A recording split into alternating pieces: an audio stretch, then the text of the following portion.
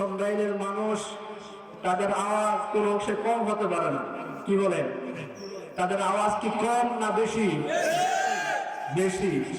কারণ মুসলমান যখন তাদের আওয়াজকে ছোট করে ফেলেছে, যখন তার আওয়াজকে ভুলে গেছে, তখনই আমরা দেখেছি ইতিহাসের পাতায় সবসময় জালেম যারা স্বৈরাচার তারা আমাদের উপর চেপে বসেছে। কথা বলেন ঠিক কিনা? যখন মুসলমান শাহজালাল ইয়ামানির দেশে এই বাংলার জমিনে এক আল্লাহর তাওহীদি বাণী উচ্চারণ করেছিলেন, আল্লাহু আকবারের ধ্বনি দিয়েছিলেন, তখন আমরা ইতিহাস জানি এই বাংলার জমিন থেকে ওই হিন্দু গোবিন্দ ল্যাজ গুটিয়ে পালাতে বাধ্য হয়েছে। কথা বলে ঠিক কিনা? মুসলমান আমরা যদি আবারও সেই শাহজালাল ইয়ামানি রাহমাতুল্লাহি আলাইহি কণ্ঠকে নকল করে আল্লাহ সুবহানাহু ওয়া তাআলা শিখানো বাক্যে আল্লাহু আকবার ধ্বনি দিয়ে আল্লাহ তাআলার বরত্বের জয়ধ্বনি এখনো যদি আমরা দিতে পারি, আমাদের দৃঢ় বিশ্বাস আমাদের এই পাড়া নয় শুধু, এই ইউনিয়ন নয় শুধু, এই থানায় নয় শুধু, আমাদের গোটা বাংলাদেশ থেকে নাস্তিক্যবাদ পালাতে বাধ্য হবে। বলেন ঠিক কিনা? وطبيب قلوبنا ومولانا محمدا عبده ورسوله صلى الله تعالى عليه وعلى آله وأصحابه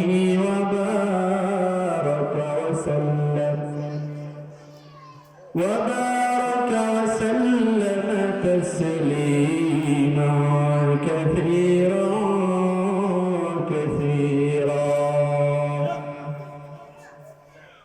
الذي أرسله الله تعالى بالحق بشيرا ونذيرا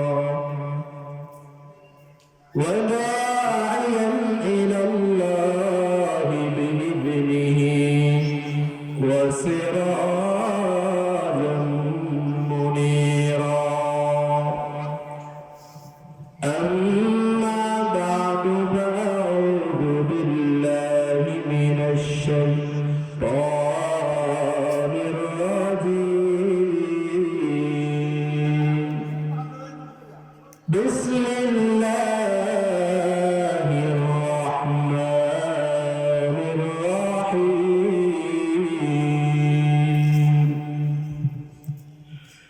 يا أيها الذين آمنوا اتقوا الله.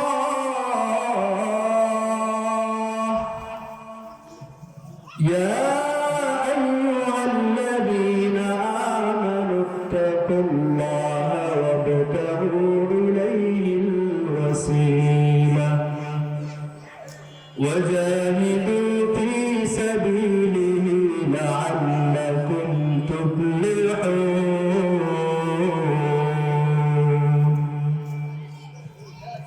صدق الله المولانا العظيم وصدق رسوله النبي الكريم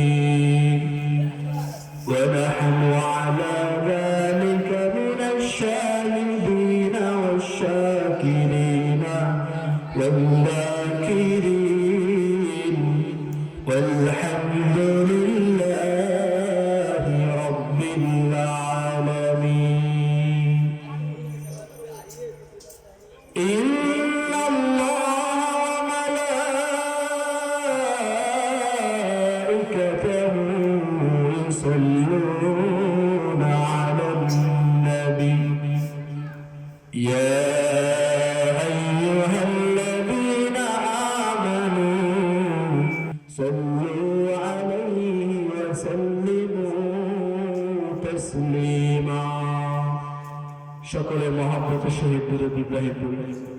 اللهم صل على محمد وعلى آل محمد كما صليت على إبراهيم وعلى آل إبراهيم إنك حميد مجيد اللهم بارك على محمد وعلى آل محمد كما باركت على إبراهيم وعلى آل إبراهيم إنك حميد مجيد بلغ العلا بكماله كشف الدجى بجماله حسنت جميع خصاله صلوا عليه وآله توحيدك أمانة सीलों में है हमारा तौहीद की अमानत सीलों में है हमारा आशा नहीं मिटाना नामो निशान हमारा मोहम्मद ने आकर कुफर को मिटाया कुफर को मिटाकर सदाकत बताया बलगल उला बिकमालिही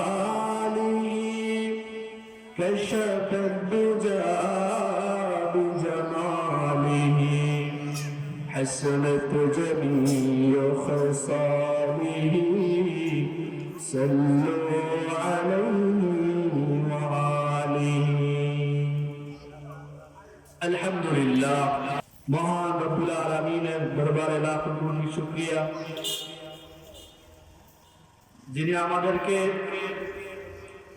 প্রেম দক্ষিণ পাড়া সন্ধ্যায় মসজিদুল কওবা জামে মসজিদের উদ্যোগে আয়োজিত বার্ষিক ওয়াজ মাহফিলের এই মহতী প্যান্ডেলে কোরআন ও হাদিসের আলোকে দ্বীনি কিছু কথা শুনবার সুযোগ করে দিলেন এবং দুনিয়াবী সমস্ত কর্মকাণ্ড থেকে পারেক করে যাচাই করে বাছাই করে আমাদেরকে ইবাদতের যে সুযোগ করে দিলেন এই জন্য মহান মালিকের আলিশান দরবারে শুকরিয়া আদায় করে জোরে সোরে বলে আলহামদুলিল্লাহ।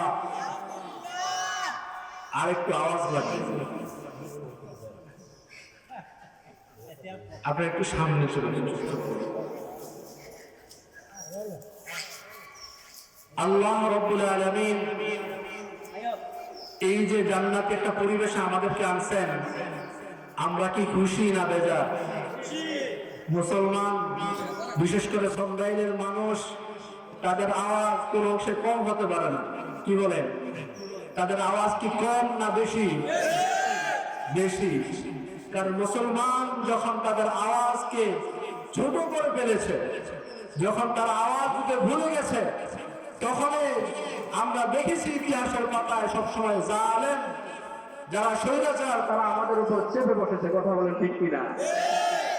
যখন মুসলমান শাহজালাল ইয়ামানির দেশে এই বাংলার জমিনে এক আল্লাহর তাওহীদি বাণী উচ্চারণ করেছিলেন, আল্লাহু আকবারের ধ্বনি দিয়েছিলেন, তখন আমরা ইতিহাস জানি এই বাংলার জমিন থেকে ওই হিন্দু গোবিন্দ ল্যাজ গুটিয়ে পালাতে বাধ্য হয়েছে। কথা বলে ঠিক কিনা?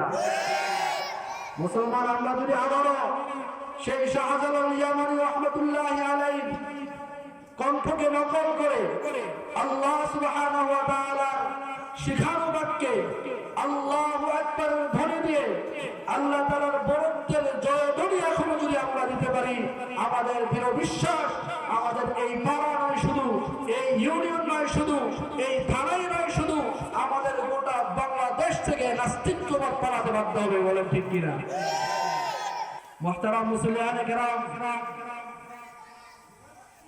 আমরা যেখানে আসছি আমাদের ভালো লাগতেছে না? কিছু মানুষ তারা এখানে নাই, দোকানে বাড়ি ঘুরে পড়ে, এখানে সেখানে ঘোরাফেরা করতেছে। ওই লোকগুলোর বোঝা উচিত যে এই মাহফিল আজকে 22 তারিখ শুক্রবার আছে, আগামীকাল 23 তারিখ কিন্তু থাকবে না। কথা বলে এই মাহফিল আবারও সেই 1 বছর পরে এখানে আসবে। আজকে যারা হেলায় খেলায় সময়গুলো পার করতেছে তাদের বোঝা উচিত ছিল এই সন্ডাইল এলাকার, এই প্রেম এলাকার, আশরা এলাকা গত বছর 35তম মাহফিল পেয়েছে এমন অনেক মানুষ ছিল, কিন্তু এই 36তম মাহফিল তাদের কপালে ঝুলে নাই। আজকে আমরা যারা হেলায় খেলায় সময়গুলো পার করতেছি, আমরা হতে পারে আগামী বছর 37তম মাহফিল পাবো না। কথা বলেন ঠিক কিনা? কারণ হায়াতের মালিক কে? আরেকটু জোরে আল্লাহর নামটা নিতে হবে। হায়াতের মালিক কে? হায়াতের মালিক যদি আল্লাহ তাআলা হয়, সেই আল্লাহ তাআলা বলে দিয়েছেন ইযা জাআ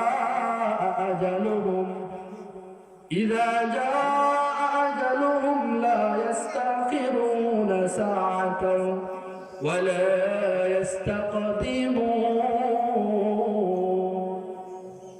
আবার আল্লাহ তাআলা বলেন, এ দুনিয়ার ঈমানদার মুসলমান, তোমরা দুনিয়ার মধ্যে তোমাদের আশেপাশে লোকদের দ্বারা প্রভাবিত হইয়া হেলায় খেলায় জীবনটাকে তোমরা যে দুনিয়ার মধ্যে ভাসাইয়া দিলা, তোমরা যে মাহফিলের নামে বাড়ি থেকে বের হইয়া ওই চটপটি দোকান আর কাছের দোকানের দিকে তোমরা ঘোরাফেরা করতেছ, তোমরা যে বন্ধু বান্ধব নিয়ে হাঁটাচলা করতেছ, এখানে সেখানে চলে গেছো, তোমরা যে এই মাহফিলের প্যান্ডেলে বসো না, তোমরা তো জানো না আমার আল্লাহ তাআলা যেহেতু হায়াতের মালিক, আমার আল্লাহ ইচ্ছা করলে মুহূর্তের মধ্যে হায়াতের চাবিটা বন্ধ করে দিতে পারে।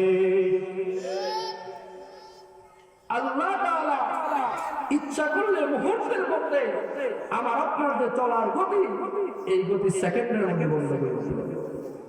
কিছুদিন আগে আমরা দেখেছি আমাদের অনেক বড় একজন আলেম হযরত মাওলানা ফিউদ্দিন মাহমুদ নূর বরকাতুহুম, উনি একটা মাহফিলে আলোচনা করতেছিলেন। 1 ঘন্টা প্রায় আলোচনা করেছেন, হঠাৎ করে গলার আওয়াজ বন্ধ হয়ে গেল। এই যে আমরা কথা বলি, শক্তি দেয় কে? আল্লাহ। এই যে আল্লাহ তাআলা শক্তি দেয়, সেই শক্তি আল্লাহ তাআলা ইচ্ছা করলে কেড়েও দিতে পারে। তো আল্লাহ তাআলা এই যে রফিউদ্দিন মাহমুদ নূর বরকাতুহুমের এই যে কণ্ঠটাকে সাময়িকের জন্য বন্ধ করে দিলেন, আবার 2-3 দিন চিকিৎসার মাধ্যমে আবার তিনি ফিরে পেয়েছেন। আমরা আপনারা এখন যারা বিভিন্ন জায়গার মধ্যে আমাদের এই কণ্ঠকে ব্যবহার করে আমরা যারা আমাদের কথাকে বিভিন্ন ভাবে ব্যবহার করতেছি, আমাদের কণ্ঠ তো আল্লাহ তাআলা বন্ধ করে দিতে পারে। এই জন্য এই কণ্ঠ দেওয়ার মালিক যেহেতু আল্লাহ, তাহলে এই কণ্ঠ ব্যবহার করবো আল্লাহর স্লোগানে। রাজি আছে মুসলমান? আল্লাহ তাআলা ধ্বনিগুলো যখন দেওয়ার সময় আসবে দিতে দেবো না ইনশাআল্লাহ। কারণ এই মাহফিল এমন বরকতপূর্ণ একটা জায়গা, এমন দামি একটা জায়গা, এই জায়গার মধ্যে মানুষ যখন আসে, মানুষ যখন আল্লাহর তাকবীর দেয়, সুবহানাল্লাহ বলে, আলহামদুলিল্লাহ বলে, আল্লাহু আকবার বলে, তখন আল্লাহ তাআলা বান্দা যখন সুবহানাল্লাহর মাধ্যমে আল্লাহর পবিত্রতা বর্ণনা করে, আল্লাহ তাআলাও ঘুরাইয়া বান্দার জীবনকে পবিত্র করে দেয়। সুবহানাল্লাহ। এই জন্য ভাইরা আমার, আমি আপনাদের কাছে বিনীত নিবেদন করে বলি, এ সন্ডাইল এলাকার মানুষ, 36তম মাহফিল এইবার যখন শেষ হয়ে যাবে, আগামী বছর আর 36তম মাহফিল আসবে না, আগামী বছর সেটা 37তম হয়ে যাবে। সুতরাং যারা এখনো এদিক সেদিক সময় পার করতেছ, আজকের সময়টাকে গনিমত মনে করো, আজকের সময়টাকে মূল্যায়ন করার চেষ্টা করো। আল্লাহ তাআলা তোমার হায়াতের জিন্দেগি এমন ভাবে সাজাইছেন, একটা মোমবাতির দিকে লক্ষ্য করলে তুমি বিষয়টা আরো সহজে অনুধাবন করতে পারবা। যখন একটা মোম লাগানো হয় তখন ওই মোমটা কিন্তু যতই আলো দেখতে গেছে আস্তে তার হায়াত শেষ হয়ে যায়, তার শরীরটাকে একেবারে বিলীন করে দেয়। আল্লাহ তাআলা যে আমাকে আপনাকে এই দুনিয়া নামক গ্রহের মধ্যে হায়াত নামক একটা বিষয় দিয়া পাঠাইলেন, ওই আল্লাহ কিন্তু হায়াতের মধ্যে এমন একটা সিস্টেম লাগাইয়া দিয়েছেন, এই যে আমরা সকাল অতিবাহিত করলাম, এই সকাল আর আমরা ফিরে পাবো না। এই যে বিকাল অতিবাহিত করতেছি, এই বিকাল আর আমরা ফিরে পাবো না। আমাদের কারো হায়াতে 30 বছর চলে গেছে, আবার কারো হায়াতে 60 বছর চলে গেছে।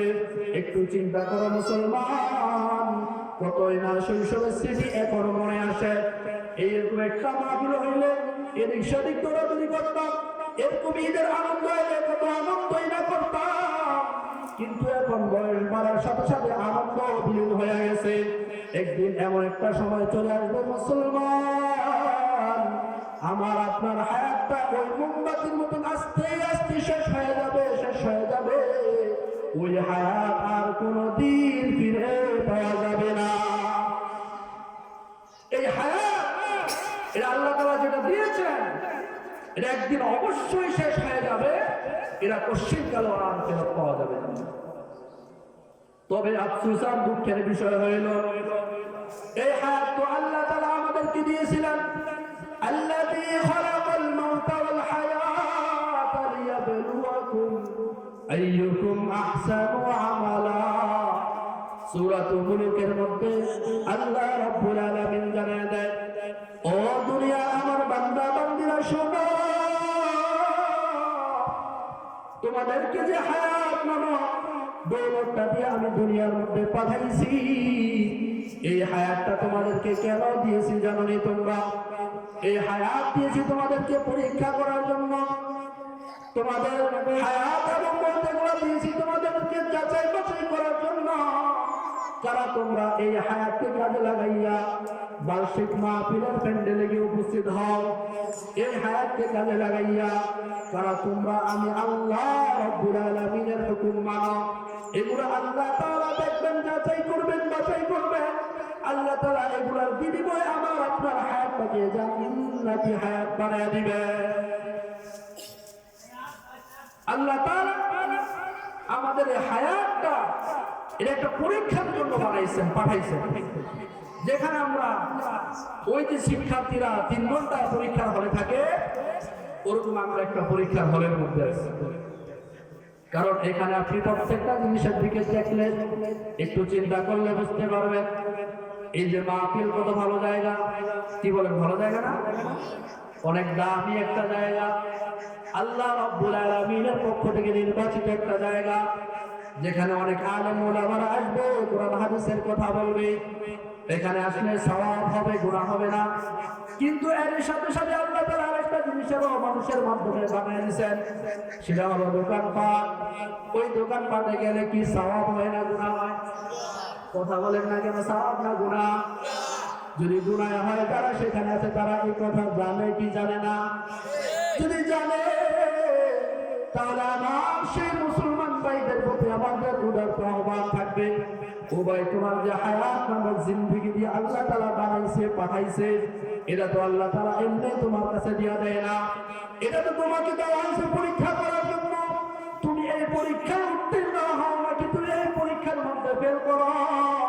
ও দুনিয়ার মুসলমান, একটু বুঝো, দুনিয়ার কোনো পরীক্ষায় 1 বছর ফেল করলে এরপরের বছর এটা আবার রিকভার করা যায়, আবার তার পরীক্ষা দেওয়ার সুযোগ থাকে। কিন্তু এই দুনিয়ার হায়াতটা আল্লাহ তাআলা এমন একটা সিস্টেমের পরীক্ষার বা ঘর বানাইছে, এখানে কেউ যদি ফেল করে ফেলে, ওই বান্দাটা যাওয়ার পরে দ্বিতীয়বার আসার কোনো সুযোগ না। এই জন্য তাদের বোঝা উচিত, আমার হায়াত তো চলে যাবে, শেষ হয়ে যাবে, দোকানে থাকলেও আমার হায়াত যাবে, থাকলেও আমার হায়াত যাবে। তবে পার্থক্য এটাই, ওখানে থাকলে গুনাহ আর গুনাহ, সওয়াবের লেশমাত্র নাই। এখানে থাকলে সওয়াব আর সওয়াব, গুনাহের লেশমাত্র নাই। কারণ এই প্যান্ডেলটাকে আল্লাহ তাআলার পক্ষ থেকে আল্লাহর হাবিবের মাধ্যমে এমন ভাবে একটা সুসংবাদ দেওয়া হয়েছে, এই প্যান্ডেলের ভিতরে যারা আসবে পদে বুদ্ধিলাত সাইয়্যাতিকুমুল হাসানাত, আল্লাহ রাসূল জানায় দেয় যারা এখানে আসবে, যারা এখানে বসবে, তাদের জিন্দেগীর সমস্ত গুনাহগুলো আল্লাহ তাআলা সওয়াব দ্বারা পরিবর্তন করে দিবে। আল্লাহ তাআলা এই মহতী মাহফিল আর জলসা এমন বরকতপূর্ণ সিস্টেম বানাইছেন, এমন বরকতপূর্ণ একটা সিস্টেম দিয়ে আল্লাহ তাআলা এটাকে সাজাইছেন যে এখানে যারাই আসবে খালি হেদায়েতের একটা নিয়ত করবে, ও আল্লাহ জিন্দেগীর 30টা বছর পার কইরা দিলাম, 40টা বছর পার কইরা দিলাম, কত গুনাহ করেছি, গোপনে প্রকাশ্যে জানা জানা, সবার সামনে অথবা একাকী, ওই গুনাহ তুমি জানো আর আমি জানি, এমন গুনাহ দুনিয়ার কোনো মানুষ জানে না। ওগো আল্লাহ কেমন গুনাহ করতে পারি না। ওই সরকার মসজিদের পক্ষ থেকে বার্ষিক একটা মাহফিলের আয়োজন করেছিল, 36তম মাহফিলের মধ্যে আমি গিয়েছিলাম, কোরআন হাদিসের কথাগুলো শুনছিলাম, শুই না ওগো আল্লাহ আপনার আযাবের ভয় আমার দিলের মধ্যে তৈরি হয়ে গেছে।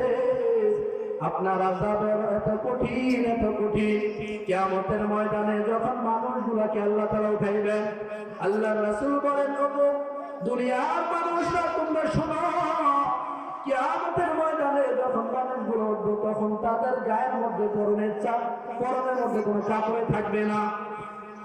এই কথা শুনে আম্মা জান আয়েশা রাদিয়াল্লাহু আনহা বলেন ওগো আল্লাহর রাসূল ওই সময় যখন পরনের মধ্যে কাপড় থাকবে না তখন আমাদের কি হালত হবে, কি অবস্থা হবে। আমার তো লজ্জা লাগতেছে, আমরা কি একজন আরেকজনের লজ্জাস্থান দেখে ফেলবো না। তখন আল্লাহ রাসূল বলেন কিয়ামতের ময়দানের ভয়াবহতা এত বেশি হবে, মানুষ খালি চিন্তা করতে থাকবে, মানুষ খালি চিৎকার চেঁচামেচি করতে থাকবে, ও আল্লাহ দুনিয়াতে গুনাহ করেছিলাম তুমি জানো, আর কেউ জানে না, তুমি আমাদেরকে এই হাসরের মাঠের আযাব থেকে বাঁচাও, হাসরের মাঠের আযাব আমরা সহ্য করতে পারতেছি না। তখন আল্লাহ রাসূল বলে এই আযাবের টেনশন তাদের ভিতরে এত পরিমাণে তৈরি হবে, ওই লোকগুলো আযাবের ভয়ে একজন আরেকজনের ওই অঙ্গের দিকে তাকানোর সুযোগ পাবে না। আল্লাহ রাসূল হাসরের ময়দানের ভয়াবহতা বর্ণনা করতে গিয়ে বলেন যে ওই হাসরের মাঠ এত কঠিন হবে, ওই সময় একজন আরেকজনের কাপড় যে নাই বা নিজের যে কাপড় নাই এই খেয়ালটুকু আর তৈরি হবে, আযাব এত কঠিন হবে। সেই সময় একদিক থেকে জাহান্নাম চিৎকার দেওয়া শুরু করবে, হাল মিন মাজিদ, ওগো আল্লাহ দুনিয়ার মধ্যে আপনি আপনার বান্দাদেরকে হায়াত নামক দৌলত দিয়েছিলেন, তাদেরকে কত শত নিয়ামত দিয়ে আপনি মালামাল করেছিলেন, হাজার হাজার নিয়ামত দিয়ে তাদেরকে বেষ্টনী করেছিলেন। শুধু তাই নয়, তাদেরকে আপনি এত ধন সম্পদ দিয়েছিলেন, তাদের এলাকায় কোনো মানুষ খাইতে পাইতো না, কিন্তু এই বান্দাদেরকে আপনি খাওয়ার সুযোগ দিয়েছেন। দুনিয়ার মধ্যে এমন অনেক মানুষ ছিল পা আছে কিন্তু হাঁটতে পারে না, আপনি তাদেরকে হাঁটার সুযোগ দিয়েছেন। অনেক মানুষ ছিল তাদের হাত ছিল কিন্তু করতে পারতো না, আপনি তাদেরকে হাত দিয়ে করার সুযোগ করে দিয়েছিলেন। অনেক মানুষের কিন্তু চোখ ছিল, ওই চোখ দিয়ে দুনিয়ার কোনো সৌন্দর্য তারা দেখতে পারে না, আপনি তো আপনার এই বান্দা বান্দীদেরকে চোখ দিয়েছিলেন, তারা চোখ দিয়ে আপনার নিয়ামত বা আপনার শুকরিয়া আদায় করে না, যেই পথে যেই কাজে লাগানোর কথা ছিল তারা ব্যবহার করে না। আপনি যেগুলো থেকে নিষেধ করেছেন ওই জায়গার মধ্যে তাদের চোখ ব্যবহার করেছে, তাদের হাত পা অঙ্গ প্রত্যঙ্গ ব্যবহার করেছে, তারা তো আপনার নিষিদ্ধ কাজগুলো বেশি করেছে, দুনিয়ার মধ্যে তারা নাফরমানি করেছে। তারা দুনিয়ার মধ্যে জালিমি করেছে। ওই জালেম, ওই নাফরমানগুলো কই, তাদেরকে আমার কাছে পাঠিয়ে দেন, পাঠিয়ে দেন। আমি আমার জাহান্নামে যত আযাব আছে, আমি ওই জালেমদেরকে, নাফরমানদেরকে আযাবের শাস্তি ভোগ করাতে চাই। জাহান্নাম এত জোরে চিৎকার করা শুরু করবে, হালবিন মাজিদ, আল্লাহ সেই নাফরমানগুলো কই, যাদেরকে আমি আমার আযাব দিয়ে আমি বুঝাইতে চাই। দুনিয়ার মধ্যে এত কিছু পাওয়ার পরেও কেমনে তোমরা আল্লাহ নাফরমানি করো? আল্লাহ তাআলার হুকুম ছিল একদিকে, তুমি গেছো আরেকদিকে। আল্লাহ তাআলা বলতো, ও আমার বান্দারা, নামাজ পড়ো, হেদায়েত পেয়ে যাইবা, তোমরা ইবাদত বندگی করো, সফল কাম হয়ে যাইবা। কিন্তু না না না না, দেখা যায় ইবাদত তো করে না, দূরে দূরে থাকে। আবার জিজ্ঞেস করলে বলে নামাজ পড়ি না, তাতে কি হয়েছে? পাক্কা মুসলমান আছে না নাই? নামাজ নাই, রোজা নাই, জিজ্ঞেস করলে পাক্কা মুসলমান। এর চেয়ে বড় মুসলমান দুনিয়াতে আর কেউ না। এমন অবস্থা তৈরি করে এই লোকগুলাকে কাল কিয়ামতের ময়দানে আল্লাহ রাব্বুল আলামিনের পক্ষ থেকে ঘোষণা দেওয়া হবে, ফারিকুম ফিল জান্নাতি ওয়া ফারিকুম ফিস সাইর। ও কিয়ামতের ময়দানে উপস্থিত জনগণ, তোমরা শোনো, দুনিয়াতে তোমরা ভালো মানুষও ছিল, খারাপ মানুষও ছিল, মিলজিল করে চলছিলা। আমি দুনিয়ার জীবন তোমাদেরকে বিবেকটা করি নাই। তোমরা ভালো মানুষটাও ছিল, খারাপ মানুষটাও ছিল। খারাপদেরকে তারা আমার হুকুম না মানার কারণে আযাব দিয়ে ধ্বংস কইরা দেই নাই। আমি তাদেরকে একেবারে নাস্তে নাবুদ কইরা দেই নাই। এবং স্বাভাবিকভাবে তাদেরকে আমি চালাইছি, তারা নিজেও বুঝতে পারে না আমি যে গুনার কাজ করতেছি, গুনার কাজের মধ্যে আছি, এরা সে নিজেও টের পায় না। কিন্তু কিয়ামতের ময়দানকে আমি এমন এক সিস্টেম দিয়ে বানাবো, এখানের মধ্যে ভালোদের সাথে খারাপরা থাকার কোনো সুযোগ নাই। এখানে ভালোরা একদিকে যাও, খারাপরা আরেকদিকে যাও। ভালোরা সোজা জান্নাতের দিকে চলে যাও, খারাপরা সোজা জাহান্নামের দিকে চলে যাও। কারণ ওই জায়গার মধ্যে আল্লাহ রাব্বুল আলামিন তার দয়ার সবটুকু শুধুমাত্র ইমানদার মুসলমানদের জন্য দিবেন। সেখানে বেঈমান কাফের যারা আল্লাহর নাফরমানি করেছে তাদের জন্য বিন্দু মাত্র দিবেন না। কারণ আল্লাহ এই দুনিয়ার মধ্যে তাদেরকে অনেক সুযোগ দিছে, অনেক সুযোগ দিছে। ওই সুযোগের তারা সদ্ব্যবহার করছে।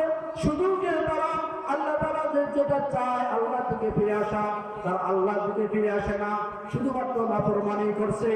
এই জন্য দুনিয়ার মধ্যে যদিও সুযোগ দেয়, আখিরাতে আল্লাহ তাআলা সুযোগ দিবেন না।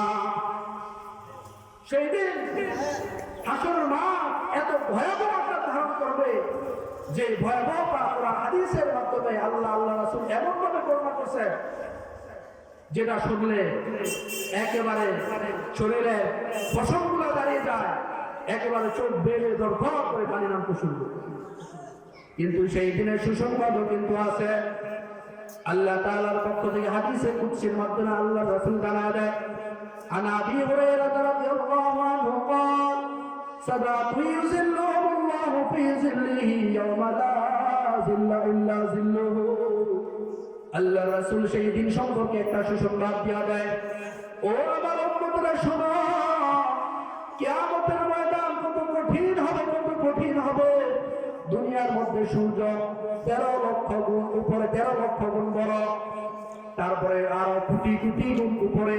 এত মাইলকে মাইল উপরে থাকার পরও 14 মাসের গরম তোমাদের সহ্য হয় না। সেই দিন কিন্তু সূর্য এত উপরে থাকবে না, এত উপরে থাকবে না। সেই দিন সূর্যটাকে প্রত্যেকটা বান্দা বান্দির একেবারে মাথা 1 হাত উপরে চলে নিয়ে আসা হবে। তখন সূর্যের সবগুলা মুখ দিয়ে তাপ দেওয়া হবে। এত গরম, এত গরম, বান্দা বান্দিদের মাথার রগগুলা টাস টাস করে ছিঁড়ে যাবে। এত কঠিন মুহূর্তে, কঠিন সেই মুসিবতের দিনে আমার আল্লাহ রাব্বুল আলামিনের পক্ষ থেকে একটা ঘোষণা আসবে, ও আমার বান্দারা, ও আমার বান্দিরা, যারা দুনিয়ার মধ্যে থাইকা আমি রাব্বুল আলামিনের হুকুমগুলা পালন করছো, দুনিয়ার মধ্যে থাইকা শীতকালে ঠান্ডা পানির ভয় করো না। ঠান্ডা পানি দিয়ে অজু করতে কত কষ্ট, আল্লাহ তাআলার মহব্বতের মধ্যে তুমি এটাকে তুচ্ছ মনে করছিলা। ওই মাহফিলের দিন বাজার ঘাটে ঘুরতে কতই না ভালো লাগে, বন্ধু বান্ধব নিয়ে আড্ডা করতে কতই না ভালো লাগে, চটপটি খাইতে কতই না ভালো লাগে, ওগুলাকে তুমি তুচ্ছ মনে করছো। তুমি মাহফিলের প্যান্ডেলে আইসা বসছিলা, আল্লাহ আল্লাহর রাসূলের কথাগুলো শুনছিলাম, দুনিয়ার মধ্যে থেকে আল্লাহ তাআলার হুকুমগুলো পালন করছিলাম, আল্লাহ রাসূলের হুকুমগুলো সুন্নাতগুলো পালন করছিলাম, তোমাদের জন্য আল্লাহ তাআলা একটা এই সামিয়ানার মতো একটা আরশের ব্যবস্থা করবে, যেটাকে বলা হয় আরশের ছায়া। সেই ছায়ার মধ্যে আল্লাহ তাআলা সব মানুষদেরকে স্থান দিবেন না, সেই ছায়ার মধ্যে সবাই থাকার সুযোগও পাবে না। সেই ছায়ার মধ্যে কোন শ্রেণীর মানুষগুলো থাকবে? আল্লাহ রাসূল জানায় দেয়, সাবাতু ইউজিল্লুহুমুল্লাহু ফি জিল্লিহি ইয়াওমা লা জিল্লা ইল্লা জিল্লুহু। যেদিন কিয়ামতের মাঠ হবে, আল্লাহ তাআলার আরশের ছায়া ছাড়া আর কোনো ছায়া থাকবে না। সেই দিন সেখানে সব মানুষ ইচ্ছা করলেও সেখানে ঠাঁই পাবে না। তবে 7 শ্রেণীর মানুষ এমন আছে, যেই মানুষগুলোকে আল্লাহ তাআলা সেখানে আরশের নিচে ছায়া দিবেন, আপন বুকের মধ্যে তুলে দিবেন, আপন করে কাছে রেখে দিবেন। দুনিয়ার কষ্টে তারা কষ্ট মনে করে নাই, আল্লাহর হুকুম বাস্তবায়ন করেছিল, আল্লাহর বিধান পালন করেছিল। এই জন্য কিয়ামতের ময়দানে তাদেরকে আযাবের মধ্যে ছেড়ে দিবেন না, তাদেরকে আল্লাহ তাআলার কাছে নিয়ে নেবেন। এর মধ্যে 1 নাম্বার যাদের কথা আল্লাহ রাসূল হাদিসের মাধ্যমে জানায় দেয়, ওরা হলো ইমামুন আদিল। ইমামুন আদিল মানে হলো ন্যায় শাসক, ন্যায়পরায়ণ শাসক। ন্যায়পরায়ণ শাসক আসেনি এখন? ন্যায়পরায়ণ শাসক কাকে বলা হয়? যারা কিনা ঘুষের টাকা ভাইয়া বিচার এদিকে এদিকে নিয়ে যায়, কি কর? ন্যায়পরায়ণ শাসক বলা হয় যারা আল্লাহর বিধান অনুযায়ী শাসন করবে, আল্লাহর কোরআন অনুযায়ী শাসন করবে। যারা দুনিয়ার প্রত্যেকটা ক্ষেত্রে যদি খেলাফতের দায়িত্ব পায়, যদি বিচারকের দায়িত্ব পায়, সেই জায়গায় আল্লাহর কোরআন যেভাবে যেভাবে বলছে সেভাবে সেভাবে করবে। আল্লাহর কোরআন যেভাবে যেভাবে বলা আছে সেভাবে যদি কোনো মানুষ তার এরিয়ার মধ্যে, হোক সেটা তার ঘর, হোক সেটা তার সমাজ, হোক সেটা তার ইউনিয়ন, থানা, জেলা, দেশ, যেখানে আল্লাহর কোরআন, সে কোরআন অনুযায়ী আইন বাস্তবায়ন করবে, ওই জায়গার মতো শান্তি আর দুনিয়ার কোথাও থাকবে না। ওই জায়গাটার মধ্যে আল্লাহ তাআলার খাস রহমত দিয়া এমন ভাবে সাজাইবেন যে অন্য জায়গায় কল্পনাও করা যায়। কোরআন এমন ভাবে আল্লাহ তাআলা বানাইছেন, পাঠাইছেন, এটা হলো সমাধানের একটা গাইডলাইন। কি বলে? এটা গজল আছে না, সমাধান চাও যদি জীবনে মরণে, খুঁজে নাও ফিরে যাও চোখে রাখো কোরআনে। কত সুন্দর গাইছিলেন, সমাধান চাও যদি জীবনে মরণে, খুঁজে নাও ফিরে যাও চোখে রাখো কোরআনে। তবেই পাবে সুখ শান্তির ঠিকানা, তবেই পাবে সুখ শান্তির ঠিকানা, যদি মেনে নাও মনে প্রাণে সমাধান। সমাধান চাও যদি জীবনে মরণে, খুঁজে নাও ফিরে যাও চোখে রাখো কোরআনে। এই কোরআন কারীমকে আল্লাহ তাআলা এমন ভাবে বানাইছেন, এটা হলো সমাধানের চূড়ান্ত গাইডলাইন। এর বাহিরে মানুষ যত জায়গা, যত তন্ত্র মন্ত্র যেখানেই সমাধান খুঁজুক না কেন, সব সমাধান পশ্চিম ফলকালেও পাওয়া সম্ভব না, পেতে পারেন না। তো যে কথা বলতেছিলাম, আল্লাহ তাআলা কিয়ামতের ময়দানে আরশের ছায়া নিচে 7 শ্রেণীর মানুষের জায়গা দিবেন। 1 নাম্বার হলো যারা কোরআন দিয়ে শাসন করে, যারা কোরআন দিয়ে সমাজ চালায়, যারা কোরআন দিয়ে রাষ্ট্র চালায়। এই লোকগুলো আল্লাহ তাআলার প্রিয় হয়ে যায়। এই লোকগুলোকে কিয়ামতের ময়দানে আল্লাহ তাআলার খাস যে ছায়া, ওই ছায়ার নিচে স্থান দিবেন। 2 নাম্বার যে ক্যাটাগরি মানুষ,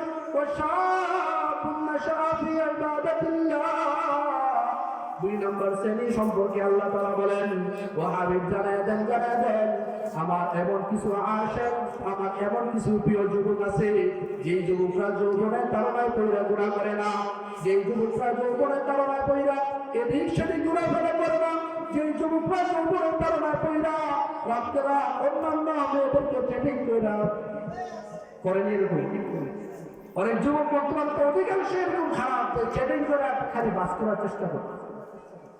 আল্লাহ তাআলা বলেন কিয়ামতের ময়দানে আমি আরশের নিচে ছায়া দেব এমন যুবকদেরকে যারা যুবকরা অন্যান্য মেয়েদের পিছনে ঘুরে না, তাদের যৌবনের হেফাজত করছে, যৌবনের হেফাজত কইরা আল্লাহ তাআলার যে ইবাদত আছে ওই ইবাদতের মধ্যে তারা সময় কাটাইছে। যারা সব সময় চিন্তা করত কিভাবে আল্লাহ তাআলার হুকুম বাস্তবায়ন করা যায়, কিভাবে আল্লাহর দ্বীন আল্লাহর জমিনে কায়েম করা যায়, কিভাবে নিজেদের সমাজের মধ্যে দ্বীন প্রতিষ্ঠা করা যায়। এই শ্রেণীর এরকম যারা যুবক দুনিয়ার মধ্যে ছিল, ওই যুবকদের ক্ষেত্রে আল্লাহ রাসূল বলেন নাশা ফি ইবাদাতিল্লাহ, যারা আল্লাহ ইবাদতের মধ্যে বেশি অ্যাক্টিভ থাকতো ওই যুবকদেরকে আমি কিয়ামতের ময়দানে ওই নাফরমান বেঈমানদের মতো আমি তাদেরকে সূর্যের নিচে দাঁড় করাবো না, তাদেরকে আমি আল্লাহ আরশের ছায়ার নিচে নিয়ে আসবো। সেই সময় আমরা ছায়া পাইতে চাই কি চাই না? কে কে চাই? আল্লাহু আকবার। আল্লাহ তাআলা কবুল করুন, আমিন। সেই জায়গা 3 নম্বর যে লোকগুলোকে আল্লাহ তাআলা ছায়া দিবেন, এখন আসতেছে আমাদের কথা। রাজুলুন কলবুহু মুআল্লাকুন ফিল মাসাজিদ। এমন এক শ্রেণীর মানুষ আছে যারা যোহরের নামাজ পড়লে খালি টেনশন করতে কোন সময় আসরের আযান দিব, আসরের নামাজ পড়লে কোন সময় মাগরিবের আযান দিব, এই টেনশনের সময় পার করে। মাগরিবের নামাজ পড়লে আবার এশার নামাজের সময় কখন হবে সেই চিন্তা করে। এশারের নামাজ পড়লে ফজরের সময় আবার কিছুই যায় কিনা এই পেরেশানিতে থাকে। যদিও লোকটা ঘরের মধ্যে থাকে, যদিও পরিবারের অন্যান্য সদস্যদের সাথে তার সময়টা সে পার করে, কিন্তু তার অন্তরটা মসজিদের সাথে লাগায় রাখছে। আল্লাহ রাসূল বলেন রাজুলুন কলবুহু মুআল্লাকুন বিল মাসাজিদ, যে লোকগুলো ঘরের মধ্যে থাকে মসজিদের সাথে হৃদয়টাকে লাগায় রাখছে, ওই লোকগুলো দুনিয়ার কোনো সাধারণ মানুষ না, ওই লোকগুলো হলো আমি আল্লাহর পছন্দনীয় বান্দা। আল্লাহর পছন্দনীয় বান্দা যারা হবে, এই শ্রেণীর যারা নামাজের ক্ষেত্রে অবহেলা করে না, 5 বেলা নামাজ বা জামাত মসজিদের মধ্যে গিয়ে আদায় করে এক সময় শেষ হয়ে আবার সময় তারা নামাজে যাবে, এই চিন্তা যদি তাদের দিলের মধ্যে সবসময় থাকে, এই লোকগুলোকে আল্লাহ তাআলা আরশে আজিমের নিচে ছায়া দান করবেন। সুবহানাল্লাহ। আমরা পাইতে চাই কি চাই না? তাহলে কি ফজরের সময় ঘুমায় থাকা না মসজিদে আইসা? এখন তো ঠান্ডা শুরু হয়েছে না, কি বলেন? শুরু হয়েছে, তেমন শুরু হয়েছে না, হয়তো অল্প কিছু পরে আর কি।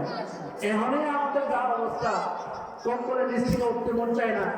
আর কয়েকদিন পরে মাঘ মাস পৌষ মাস যখন শুরু হইব, তখন তো আমাদের টর্চ লাইট দিয়ে খুঁজে পাওয়া যেত না। আমরা যদি এই ক্যাটাগরির হই যে এক রক্ত বললে আর রক্ত খবর খায় না, তো আমরা কি আরশের নিচে ছায়া পাবো? কি বলে? ছায়া দরকার আছে না নাই? আল্লাহু আকবার।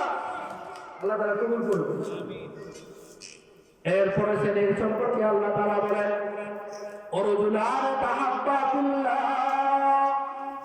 ওয়ারজুলান তাহাব্বা ফিল্লাহ ইজতামা আলাইহি ওয়া তাফাররাকা আলাইহি। এমন এক শ্রেণীর কিছু মানুষ দুনিয়ার মধ্যে থাকবে, তারা হয়তোবা যুবক থাকবে অথবা একেবারে বয়সের শেষ প্রান্তে থাকবে, কিন্তু এরকম 2 ক্যাটাগরির মানুষ থাকবে, তারা 2 মতের, কিন্তু তারা একজনকে আরেকজনকে ভালোবাসে একমাত্র আল্লাহর সন্তুষ্টির জন্য, আল্লাহর ভালোবাসার জন্য। আবার মাঝে মধ্যে তারা একজন আরেকজনের সাথে সম্পর্ক ছেদ করে, সম্পর্ক ছেড়ে দেয়, এটাও আল্লাহ তাআলার জন্য, দুনিয়ার কোনো স্বার্থের জন্য না। আমার আল্লাহ ভালোবাসা আমাদের এই সম্পর্কটা, এই জন্য আমরা সম্পর্কটিকে রাখি আল্লাহর জন্য। আবার যখন আল্লাহর বিধানের লঙ্ঘন হয়ে যায়, তখন আল্লাহর ভালোবাসার জন্য সম্পর্ক ছেড়ে দেয়। এই শ্রেণীর মানুষ যারা থাকবে, তাদেরকে আল্লাহ তাআলা কিয়ামতের ময়দানে আরশের ছায়ার নিচে ছায়া দান করবে। এমন মানুষ আসেনি? কিছু মানুষ ভালো মানুষের লোকে থাকে, আর এটা আমরা মুরব্বীরা ভালো করে জানি, সৎ সঙ্গে স্বর্গবাস, অসৎ সঙ্গে সর্বনাশ। আপনি ভালো মানুষের সাথে থাকবেন, দেখবেন একটা পর্যায়ে আপনিও ভালো হয়ে যাবেন। যদি আপনি নামাজের লগে ঘুরেন, আপনার বন্ধুরা 5 বেলা নামাজি, আযান হইলে মসজিদে চলে যায়, ওই লোকটার সাথে যখন আপনি ঘুরবেন, একসাথে আড্ডা দিবেন, আর আপনার বন্ধুটা আযান হয়েছে মসজিদে চলে যেতেছে, 1 দিন 2 দিন আপনি যাইতে মন চাইবে না, কিন্তু ঠিকই একদিন আপনি তার সাথে নামাজ হয়ে যাবেন। আর যদি আপনি 5 ওয়াক্ত নামাজি হন, আপনি যদি এমন একটা বন্ধু নির্বাচন করেন যে কিনা গাঞ্জা খায়, গাঞ্জা খাইনি আমাদের সমাজে আছে না নাই? আরো বড় বলেন গাঞ্জা খুর আছে না নাই? এই গাঞ্জা খুরদের জন্য আমাদের এলাকাটা শুধু পুরো বাংলাদেশটা আজকাল রসাতলে দেখতেছে। কারণ তারা নিজেরা খায়, খাইয়া ওই ভালো ভালো কিছু বন্ধুরে নিয়ে যায়, নিজেদের বন্ধু একটা সুক্রান্ত কয় নিয়ে একদিন দুই দিনে এই তেরো গাঞ্জাতে বাড়ে হয় অসৎ সঙ্গে সর্বনাশ। যারা অসৎ তাদের সাথে কখনো থাকবেন না, তাদেরকে বয়কট করা শুরু করবেন। একটা পর্যায়ে দেখবেন ওই লোকগুলো ভালো হইতে বাধ্য হবে। কারণ যারে করবেন ওই যে তিনজন করা, যারা মানুষ হাতে তারা মানুষ হাতে, তারা যদি আমরা এমনি সবকিছু থেকে বয়কট করে ফেলি, তাহলে যদি সামাজিকভাবে যদি আমরা বয়কট করি, ওই লোকগুলা বলবেন আরে আমি তো গাঞ্জা খাইলে সবাই আমার সুস্থ হয়ে যায়, খাওয়ান যেতে আস্তে আস্তে ফিরে আসবে।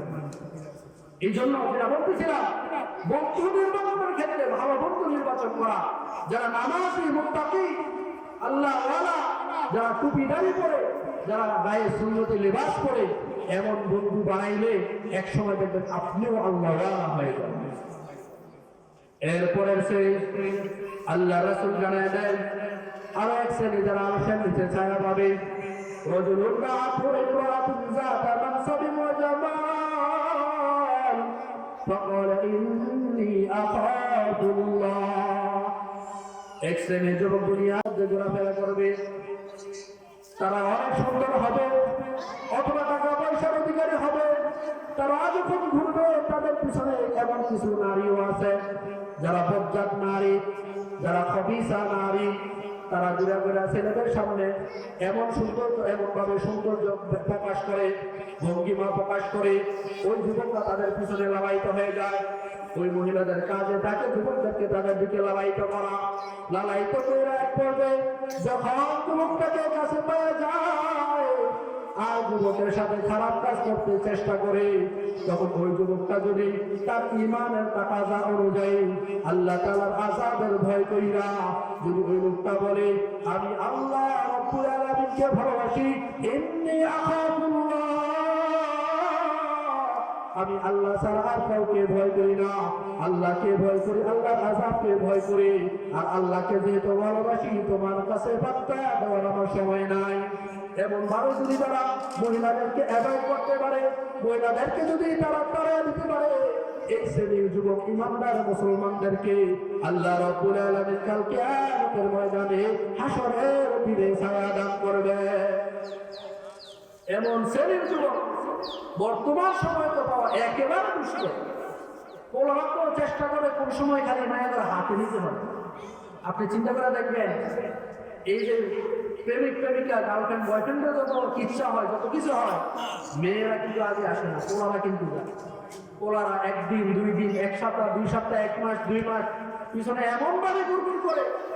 একটা মেয়ে সে যদি সব থাকতে চায়, ওই যুবকের ওই ইফতিজিকের কারণে ওই মেয়েটার সব থাকতে পারে না, একটা পর্যায়ে প্রলোভনের শিকার হয়ে যায়।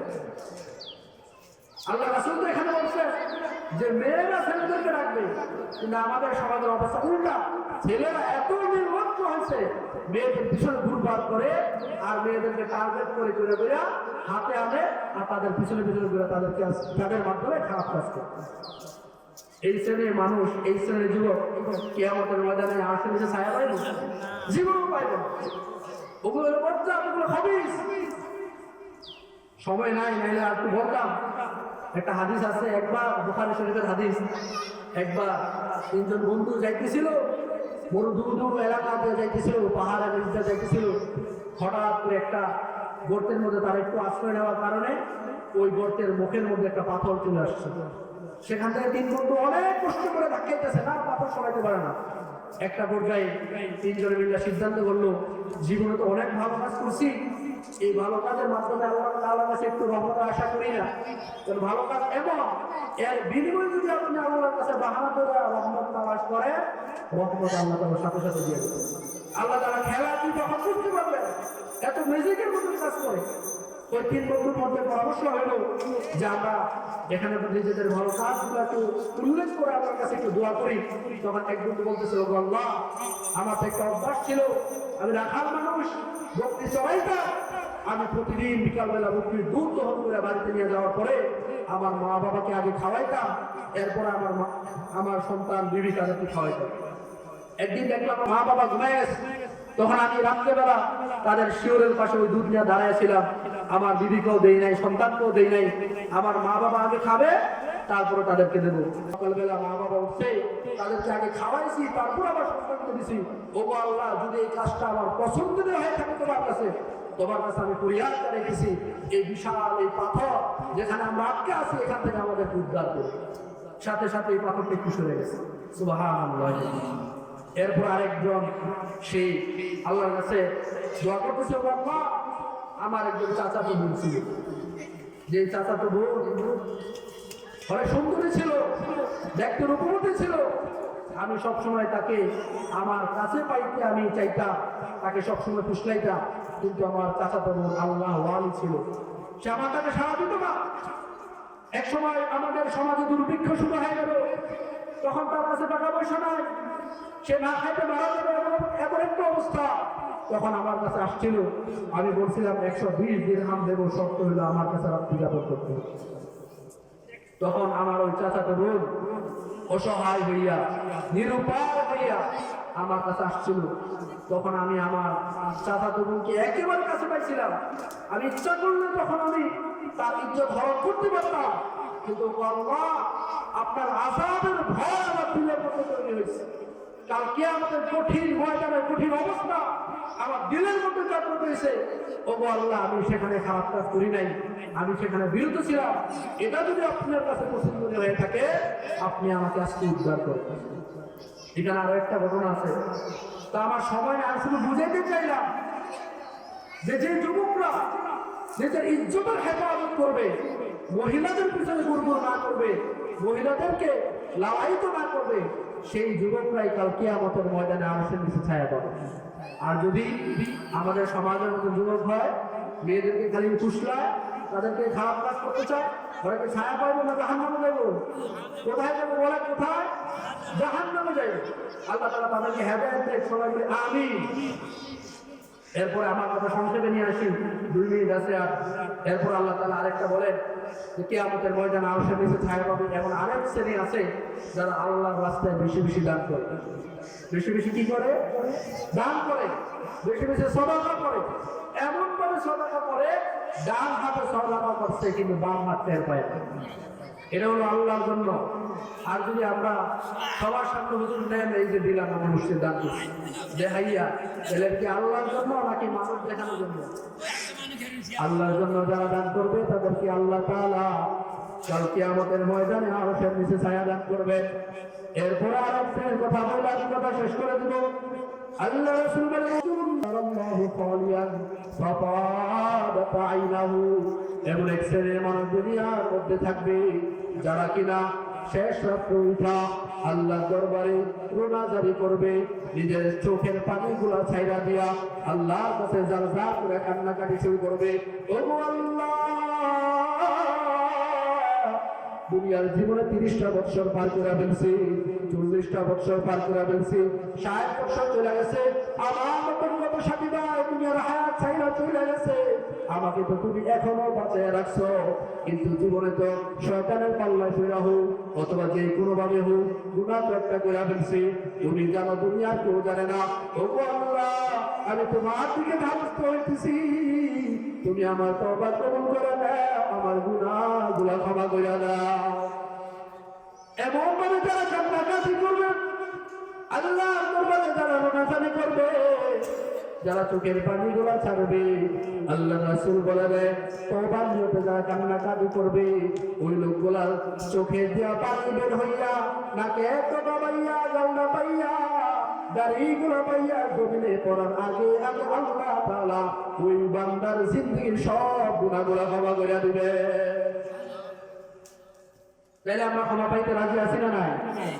যদি রাজি থাকি তাহলে নির্জনে নিভৃতে যেখানে সময় হবে, সুযোগ হবে, আল্লাহ তাআলা স্মরণ করব, জিকির করব, আল্লাহ তাআলার কাছে গুনাহ মাফি তওবা করব। কারণ গোপনে তওবা এটা আল্লাহ তাআলা সবচেয়ে বেশি কবুল করে দেন, আল্লাহ তাআলার কাছে সবচেয়ে বেশি গ্রহণযোগ্য। এই গোপনে তওবার পানিটা আল্লাহ তাআলা একেবারে সংরক্ষণ করে রাখবেন। কিয়ামতের ময়দানে যখন জাহান্নামীরা জাহান্নামে যাবে, আর জাহান্নাম বলতে থাকবে হালমিন মাসিদ, আরো কি আছে নাকি আমার দেখ, আমি তাদেরকে গ্রাস করবো। তখন আল্লাহ তাআলা এই চোখের পানিটা ওই জাহান্নামের উপরে নিক্ষেপ করবো, সাথে সাথে জাহান্নাম একেবারে ঠান্ডা হয়ে যাবে। আমরা চাইনি যে জাহান্নাম আমাদের জন্য ঠান্ডা হয়ে যায়, চাইনি আমরা। যদি চাই, মুরব্বী বাবারা, সবার কাছে আমার বিনীত অনুরোধ, আজকের মাহফিলটাকে আমরা সাজাবো, সারাক্ষণ থাকবো। একেবারে শেষে যখন আখিরে মুনাজাত হবে, তখন জিন্দেগির গুনাহগুলা তওবা কইরা ওই জাহান্নাম নিজের উপর হারাম করে যাইতে রাজি আছি না ইনশাআল্লাহ? আমরা সবাই রাজি আছি তো? গুনাহগুলো আমাদের মাফ হয়ে যাবে, আমরা চাই তো? যদি চাই, আল্লাহ তাআলা আমাদেরকে কবুল করুক, আমাদের এই মাহফিলটাকে কবুল করুক। যারা আসবেন, কথা বলবেন, আমরা যারা শুনবো, আমাদের সবাইকে কবুল করুক আল্লাহ তাআলা। আমাদের এই মাহফিলটাকে একেবারে, যারা আমাদের কবরবাসী আছে তাদের কবরের জন্য নাজাতের ওসিলা বানান, আমরা সবাই দোয়া করি, সবাই বলি আমরা আমিন। আল্লাহ তাআলা আমাদেরকে যে কথাগুলো বললাম এগুলা মানা এবং আমল করার তৌফিক দান করুক, আমিন।